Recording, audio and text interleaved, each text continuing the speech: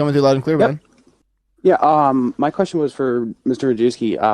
I did vote for you. You would have represented me had you have won. My question for you is, as a veteran who is misrepresented who was accused of misrepresenting their service status in August of 2022, would you like to clarify what the issue was there? If I remember correctly, they accused you of being you saying you were deployed to Afghanistan, but you were like in the region or something. So what was the issue there? I'd just like to give that to you. Yeah, so it's a pretty deep story. So in August or September 22nd of last cycle, the Democratic Party launched a pretty nasty hit piece accusing me of not serving in Afghanistan because I didn't have the Global War on Terrorism medal. And the reason I didn't have that is because George Bush approved it 3 months after I'd already left the service.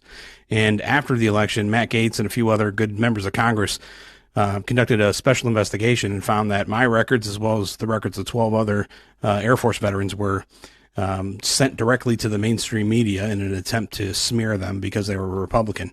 And just about 4 weeks ago, after working with the Air Force for about 11 and a half months, they awarded me that medal. So what it really boils down to is it was a well thought out plan by the Democratic Party. They had my records illegally in July of last year, but they waited until the week that military ballots came out in Ohio to release the story. And as a grassroots candidate, somebody that was running without the help of the big time consultants because I didn't trust them, and the ones that I did had were loyal to Kevin McCarthy, unbeknownst to me, and I couldn't overcome the smear of the mainstream media. But Cenk Uyghur, all those guys, Hassan, they all went after me, man. It was nasty.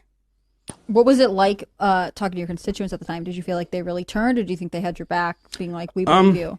Because it sounds like it was sort of outside forces trying to control Ohio. It absolutely was. Am I able to butt in here real quick? Yeah, go ahead.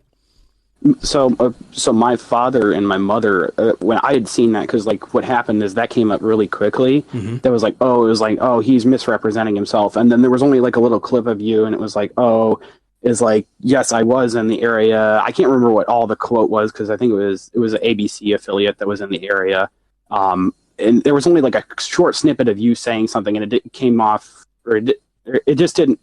It seemed like you could just said, "Oh, well, I did serve in the area," and they kind of cut it off. So I wasn't sure what happened with that. So they goaded me. That was a thing, and they took they kind of goaded me into certain things. That was the thing that happened, and that's what came up. But real quick, I just want to continue. I want to give it back to you. Sure. But my parents, especially, they brought that up to me because they knew that I kind of wanted to vote for you.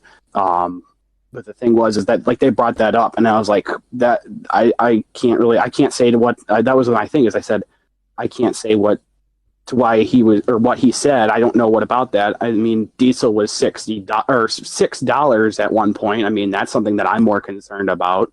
Right. And whatever his service history is, I mean, that doesn't really affect me. What about the prices of all this stuff that's going on? I mean, why is everything getting so more expensive? Let's start asking the real questions here. But let me give it back to you so you can finish. So they claimed you weren't in Afghanistan specifically, or what? Correct. So they were in Afghanistan. Yeah. So I deployed to the Middle East in early 2002 when Air Force members were getting orders to Central Command, which was in Qatar, whatever you want to call it.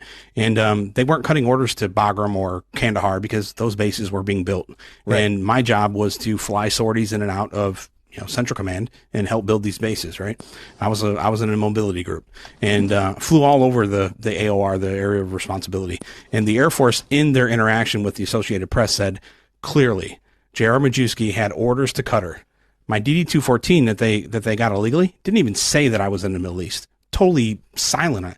My records were poorly administered. I got out of the service when we were in the heat of Operation Enduring Freedom, going into Iraqi freedom. So, I can blame it on a million things, but the fact of the matter is my congresswoman has built a career on supposedly supporting veterans. I publicly asked her to help me because as a member of Congress, she could have had a direct route to the Air Force. Didn't help me. I didn't find out until after the election by force of Matt Gaetz and Anna Paulina Luna and a few others, forcing the Secretary of the Air Force and some of the generals to testify in front of Congress that my records were illegally obtained. And they accused me of some pretty nasty things. And again, they slow walked me into getting the review for the Global War on Terrorism medal, and they ignored the AP. So they said I wasn't a combat veteran, and I am.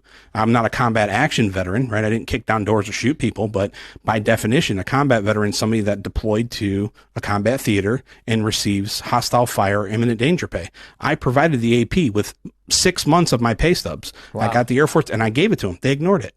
Totally ignored They it. lied. You mean they lied? They were on a mission to hit me.